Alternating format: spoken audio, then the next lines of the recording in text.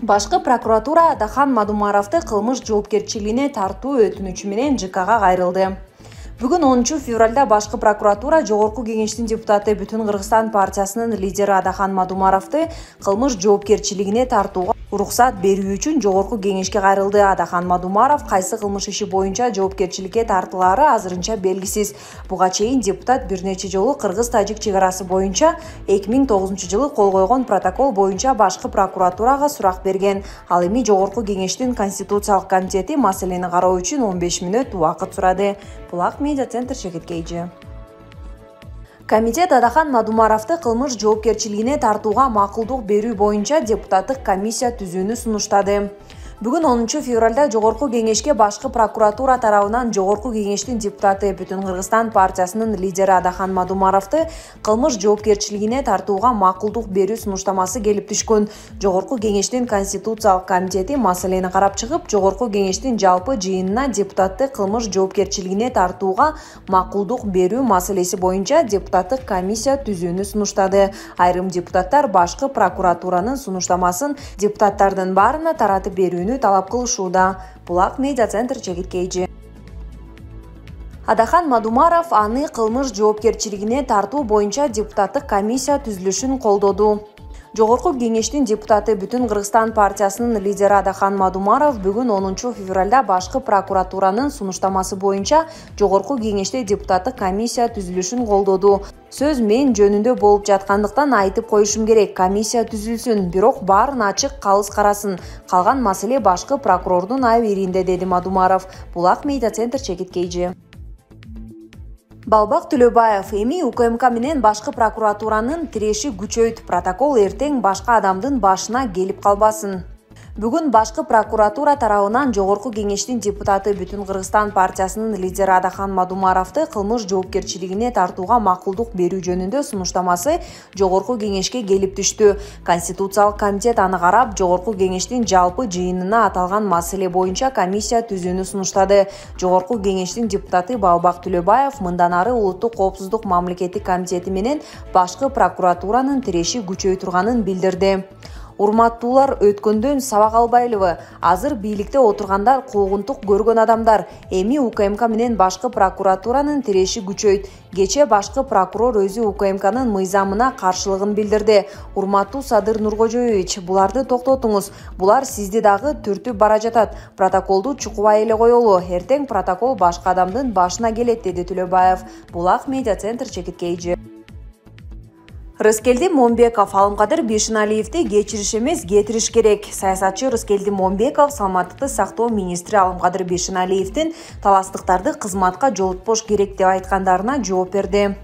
Момбековдун айтымында Алымкадыр Бишеналиевди бул кылган кылыгы үчүн кызматтан кетирүү керек. Министрдин айткан сөздөрү жаңылыштык эмес, ал муну атайын айтты. Бишеналиевди 1-2 депутат кечирсе кечире берсин, бирок аны эл кечирбейт. Таластын кулуну катары мага ал сөз катуу тийди. Мен мисалы кечирбейм. Атайлап айтканы бул кылмыш. Ал мыйзам алдында жоопко тартылышы керек. Бишеналиев биздин эле эмес, алам адамдары Айтматов, Чолпонбой Баатыр, жеңи жок аталарыбыздын арбагына шек келтирип жатат, деди Момбеков. Эске салсак, буга чейин министр Бишеналиев травматология жана ортопедия илим үзүлдөө борборун шаардык клиникалык тез жардам ооруканасы кылып, кайра түзүү планы боюнча журналисттерге маалымат жыйыны курган. Ошол жерден оорукананы оңдоп берем деп убадалаган ишкер тууралуу кеп кылып жатып, алдагы аферист, алдагы таластык деп айтып алган. Кийин интернетке таластыктарды колдобойм деп айткан видеосу дагы тараган. Мындан улам таластын эли министрге нааразы болуп, президентке видео кайрылуу жолдогон. Ошондой эле WhatsApp тиркемеси аркылуу таластын аянтына чогулуп, Бишеналиевге каршы митинг өткөрүү боюнча үндөөлөр күчөгөн. Булак Назар News Чекиторг. Магистрант кыз келиндерди суктандырган Болот Отунбаев.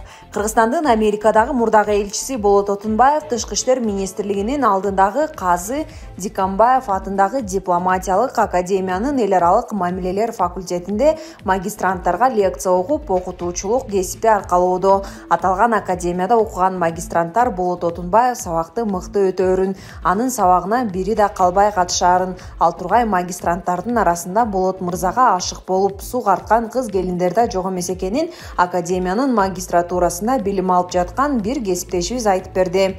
Билимдүү киши кайда болбосун кадыр баркка ээ эмеспи? Экс-президент Роза Отунбаеванын бир тууган иниси Болот Отунбаев агага ийгилик каалайбыз. Булак эл билсин чекит.org. Кокулов каржы пирамидасын схемаларын ачык жарыялап токтотсо болот. Бүгүн 10 февралдагы жогорку кеңештин жыйынында депутат Эрулан Кокулов каржы пирамидасы менен алектенген шылуундарды көзөмөлгө алуу зарылчылыгын белгиледи.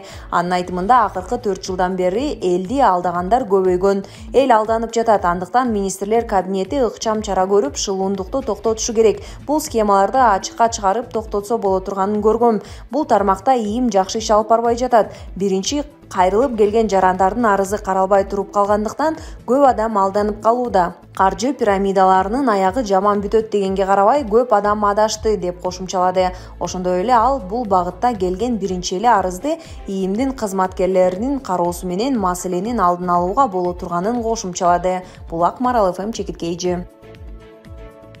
Мамдуманын депутаты Жириновскийдин абалы начарлап кеткени айтылды.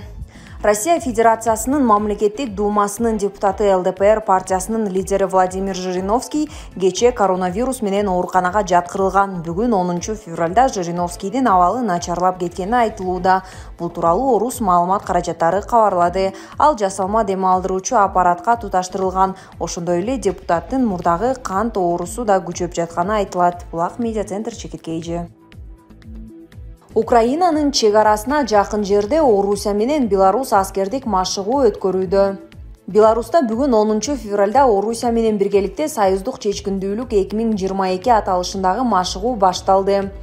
10 күндүк машыгуу учурунда эки өлкөнүн куралдуу күчтөрү батыш өлкөлөрү менен Украинанын Беларусь жана Орусияга каршы ыктымал агрессиясына каршы туруу ыкмаларын иштеп чыгышат.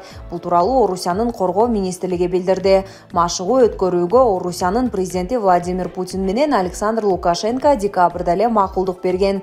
Машыгууга канча аскер кызматкери жана техника тартылганы айтылган жок. Орусия Беларуска С-400 зениттик ракеталык комплекстерин, Панцирь-С абадан коргонуу системаларын, көп багыттуу Су-35С истребительдерин жана Су-25СМ согуштук учактарын жөнөткөнү белгилүү.